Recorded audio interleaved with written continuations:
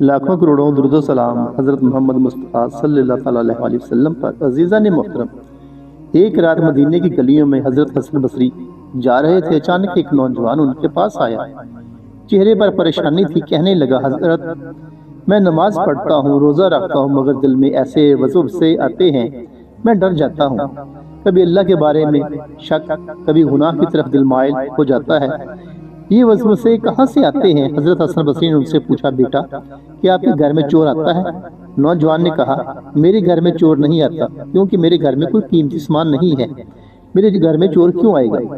حضرت حسن بصری نے کہا، بالکل ویسے ہی شیطان بھی اس دل میں وسوسے نہیں ڈالتا جو خالی ہو، وہ انہی دلوں میں آتا ہے جہاں ایمان کا خزانہ موجود ہوتا ہے۔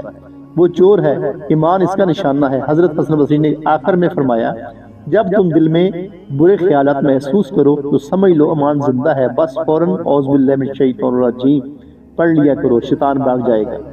شیطان کے وسوسے کمزوری نہیں بلکہ ایمان کی علامت ہے، مگر جو ان سے پناہ مانگتا ہے وہی مضبوط رہتا ہے۔